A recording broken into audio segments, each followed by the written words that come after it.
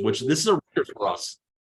If you think about it, this is absolutely, no matter how often we try, how hard we try to stop doing this, we've managed to go ahead and keep it going, man. So I'm proud of you for putting this together, buddy.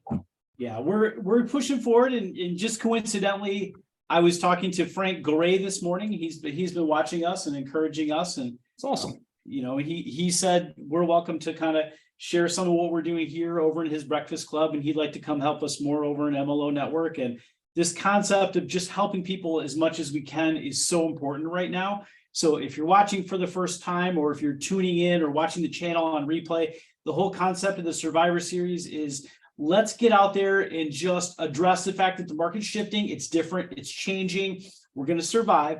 We're going to pull loan officers, some of who are not closing a ton of loans, but are surviving, and some of who are doing it at a really high level. We're going to pick their brains. We're going to talk to them about what they're doing on a daily basis with their mindset, with their activities, with their scheduling and planning and all that kind of stuff, to share with you, the LOs of America, how we can all keep moving forward together. Yeah. So, and if you're an LO that wants to hop on here, if you got a story to share, reach out to us, right? Because I can sit here and talk about leads every single day, every single week. Fish can talk about, veteran mortgages and what do we call your approach to things? It's completely slipping my mind, but knowledge-based marketing every single week. But again, this is about you guys. So please join us. Let us know if you want to be on here, if you got a great story to share, a strategy, whatever the case may be. But cool. All right, Fish, let's get into it, buddy. Okay, cool. So Mary Catherine, how are you doing today? Thank you for joining us. I'm doing well. Thanks for having me. Oh, for sure. So what part of the country are we connecting with you today in? I am in Festus, Missouri, which is just a little south of St. Louis. I could not find that on a map without Google. I promise you. No. So do you do mostly Missouri, or do you do multiple states? I'm Missouri and Illinois. I'm licensed in. Okay, cool. Illinois is just right on the other side of the river. So nice. Cool. So some weeks we bring on people that are like, I'm doing 700 units and I have a 72-person team, and look for me on Scotsman and all these events. I'm going to be on stage. Sometimes we find people that they're doing what they need to get by. They're closing a good amount of units and they like themselves and their jobs, and that's okay. And I'm going to say you are one of the happiest, most positive people that I've ever met in the mortgage industry. Okay. I love it. No matter what's going good or what's going bad, you've always got a great attitude. Now let's talk about what's making you tick and what kind of things you could share with other loan officers that'll help them have that great attitude and be infectious and keep moving with their real estate partners. Yeah, well, I will say that I've always said that this industry makes me bipolar, but now I'm beginning to think that it's just the industry that's bipolar. But yeah, I mean, mindset is everything. And knowing that, I guess I kind of look at the last couple of years as not real. They were kind of a gift and they were great. And we need to, be happy that we had them. But now it's kind of back to the real world. So it might be a little bit more difficult. We got to do everything a little bit more. So, more marketing, more videos. And I will say that I have gotten a little sidetracked on my Facebook marketing, and I need to get my videos and stuff back out there. But yeah, and I will say there is a book, Give and Take, and The Go-Giver.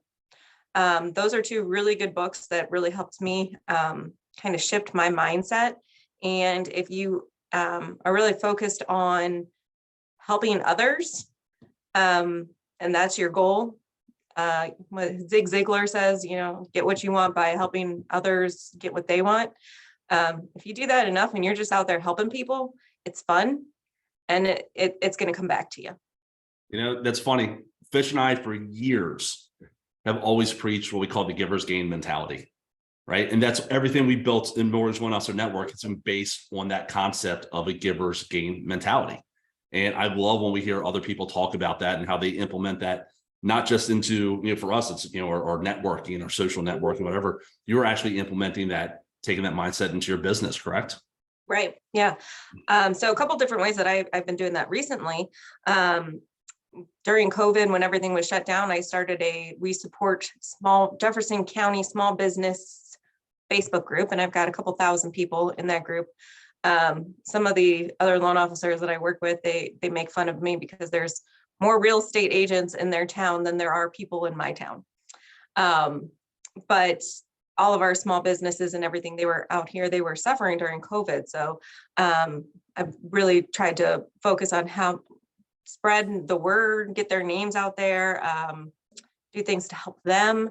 And I just had coffee this morning with a title company, and we went to the little local coffee shop here, and they called me Norm because everybody that walked in, I was waving to and introducing them to everybody. And I'm not from here originally. I'm an import. So it really has. I've gotten to know a lot of people out here by doing that. And from that group, I had a gentleman who just started a new business doing mobile detailing, and he reached out to me with questions about networking, and I've got him all set up and introducing him to all kinds of people. And I'm going to do an event with him to help him get going. And it's not necessarily going to come back to me right away or anything, but it is fun helping somebody who just started their own business, help them grow that business for just the purpose of it's a nice thing to do and it makes you happy. And 2 years from now, when he's got 2 years of tax returns, right? Who's he coming to? Right. Exactly. And hopefully he'll tell his friends too. Well, that's a good point. It's twofold when you do something like that, right? A lot of people seem to think that you're doing that. You're just trying to go ahead and make a name for yourself. But yes, you're building a brand, you're building a local name for yourself, but you're attempting, or hopefully you're going to get that person who you're helping when they're ready, they're going to come to you, whether it's to buy or refinance. But again, if they can refer 1 to 2 people to you, that's a huge win right there. Again, just for helping somebody out, taking a little bit of your time, building a brand, building a place for these businesses. So again, it's an amazing approach. I think actually, Fish, you brought up Frank earlier. That was, I think it's almost like a little bit of a version of a strategy he was teaching back in 2008, the first time we went through all this craziness. Yeah, right? the giving value to extra businesses. In fact, I remember doing a call with Frank and Brian, and we were talking about creating those Facebook community groups a long time ago. We were talking about that and trying to give value. People talk about getting their name out there in the community, but like, what does that mean? How do you do that? How do you position your brand and position yourself so that people actually do reach out to you when they need your business? And the way you're doing it is great because you're giving, but you're also giving as a brand, as a person who does loans. And so it's not selfish. It's not like 100% selfless. There's you're trying to get people to remember you, but at the end of the day, you're doing it in a really cool way. It's super cool. So before we got on the camera and hit record and all that stuff, Mary Catherine, we were talking about, what if like I took something away from your business? Like if I took one thing away, what would it be? The thing that would just crush your soul. And you said, hey, it would be this top producing real estate team. If you took them away from me, like I would cry tomorrow. And so how did you find the team? How do you build the relationship? And because I know a lot of LOs that watch these kind of things, they want another relationship or more of those, or even their first relationship like that. I've got some newer LOs on my team that don't have a relationship like that yet. How do you go through the steps of finding that, maintaining it, providing value, all that kind of stuff with that high level real estate relationship? Well, this particular relationship, when I first went self-sourced, so I've been in the industry for 13 years. I think I was with a bank for 8 of those. So when I first left the bank and was building my own business, I started doing mastermind events. And so there was a loan officer up in St. Louis that was doing these mastermind events, and he'd have he'd have like 200, 300 people at his events. And I said, hey, I'm going to do that. And I'm going to do it down south. So I started doing that with a group of my referral partners, a title company, an insurance agent, home inspector, a few others, financial advisor.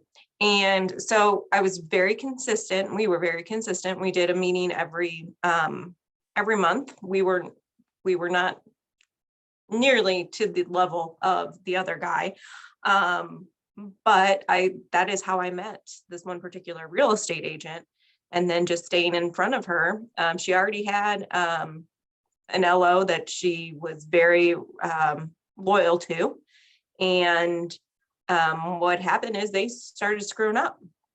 And when they screwed up, she tagged me in. And I've just have consistently done a great job for her. That's how it happened.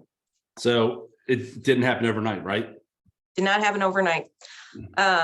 Oh, and I will also say that Listing Booster, I utilized Listing Booster. I would say almost all of my real estate connections really took off from Listing Booster. So I got all of my agents signed up years ago, and I would do Listing Booster events at their offices. That was a lot of work, but 3 days a week, I was in 3 different real estate offices, helping them boost out their new listings with the text code and all of that. And I was helping them generate, 30 leads a week doing that. So From the little like the little forced opt-in thing on Listing Booster, like where you do the Facebook opt-in. Yeah, you can do it that way. We were just, so if you are in Listing Booster and you pull out the Craigslist photo with the text code at the bottom, we would share that out and we'd have like, I don't know, 5 to 10 real estate agents in each office, and they would post out their listing with that code, that picture, and just a short little blip. So people would text that code and get the information on the house.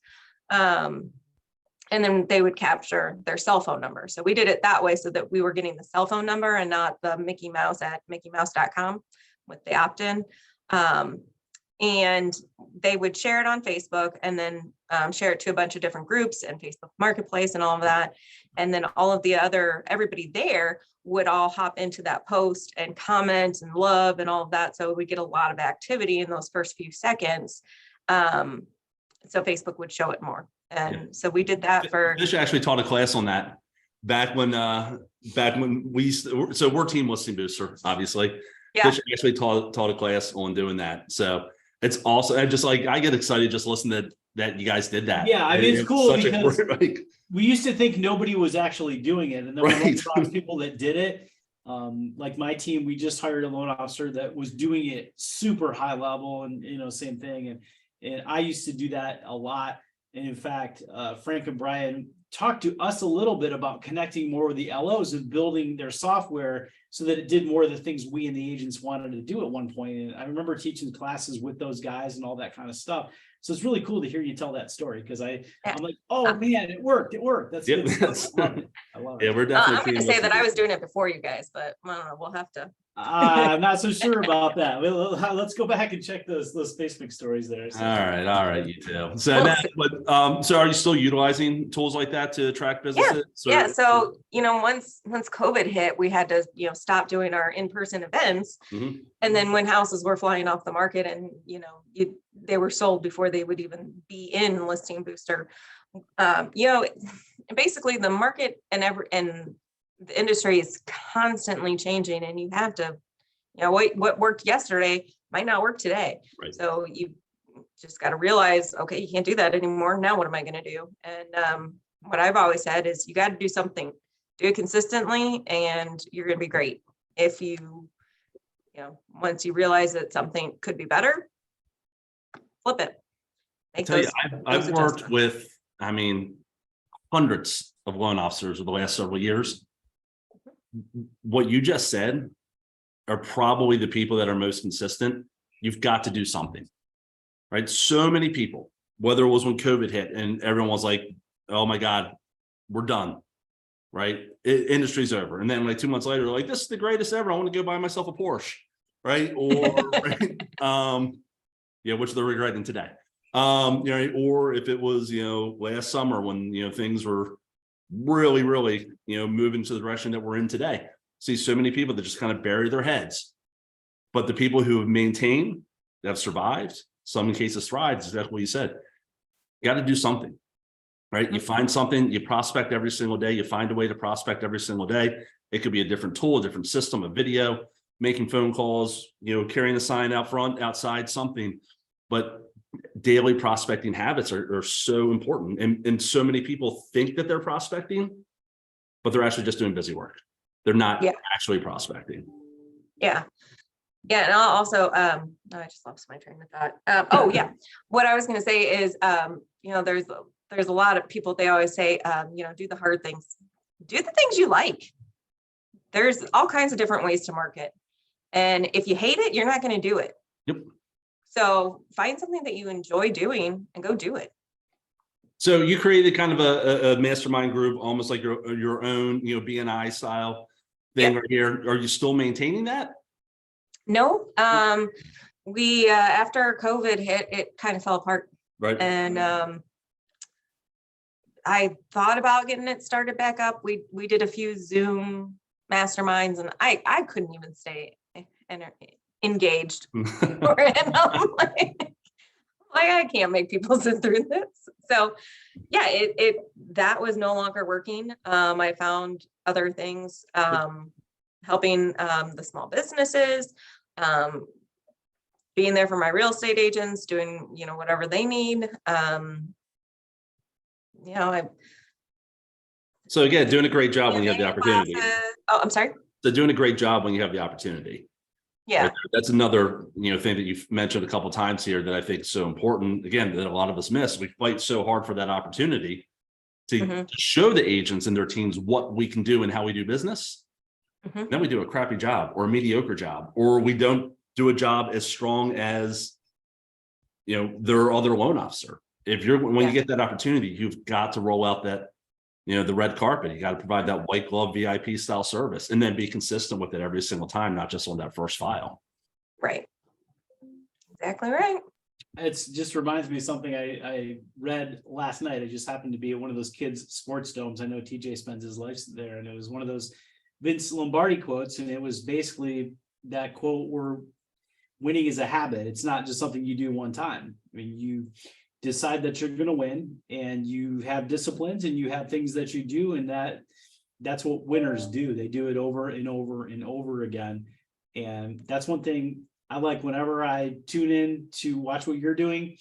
You're doing all the right things. That it kind of reminds me of reading those Vince Lombardi quotes. A lot of people would say it's like the basics. It's, if it's football, it's blocking, tackling, or whatever. I mean, we're men, we use those analogies, but you're doing those things really, really well. And you're not just saying like, oh, I had one little win, I got this agent to give me one referral, and then now I'm done for the day. You're like, nope, I'm a disciplined person. I got the opportunity. Now I'm going to take this thing all the way through the process, show them exactly who I am. I'm going to add this person to, to my communities, to all the things I do. And I'm going to be as valuable to them. And then I'm going to ask them to be valuable for our team in return. So it might sound old school, but it's that kind of stuff that we sometimes just have to remind ourselves about. We don't need some brand new playbook or some fancy, super crazy technology. We just might need to slow down a little bit and double check our footwork, our blocking or tackling, if it's football, right? Or whatever it is, the basics of our job that we might not have been so good at. So the fact that you've made these relationships, you become the go-to person, you've done it over and over again, and you remind yourself how important that stuff is. Like when I start asking you, what do you do that's special? You're like, nothing. But then I go back through the list of tasks and I'm like, well, you do everything that's special. All these things are special. This is what good loan officers do. They don't seem special to you because it's part of what you do. It's become your daily discipline. It's become your habit. And there's a lot of LOs that are watching right now that still don't have these habits in place, and they're wondering why they don't have the connections and referrals. And, even though you may have had a slower month, it's not because you didn't have the credit pulls. It's not because you didn't have the opportunities. You and I were talking about that. Like I got so many people reaching out to me. I'm working with my credit guy, and me and Jesse are trying to come up with a new way to get these guys buy ready quicker. Cool. You guys are doing the right stuff. The market shifted a little bit. You don't have as many live deals, but there's a huge pile of people that you're working with that's going to turn into business. that's going to keep moving forward because you've done all that stuff correct and you continue to do it correct. So I love it. TJ, I'm going to give you the distinct honor of bringing this one home today. I'm not sure how you want to do it, but So this is how we always end these things. So you said that you're not from, you're a part of Missouri, right? So let's just say we bring you out here to Maryland and you got to start over.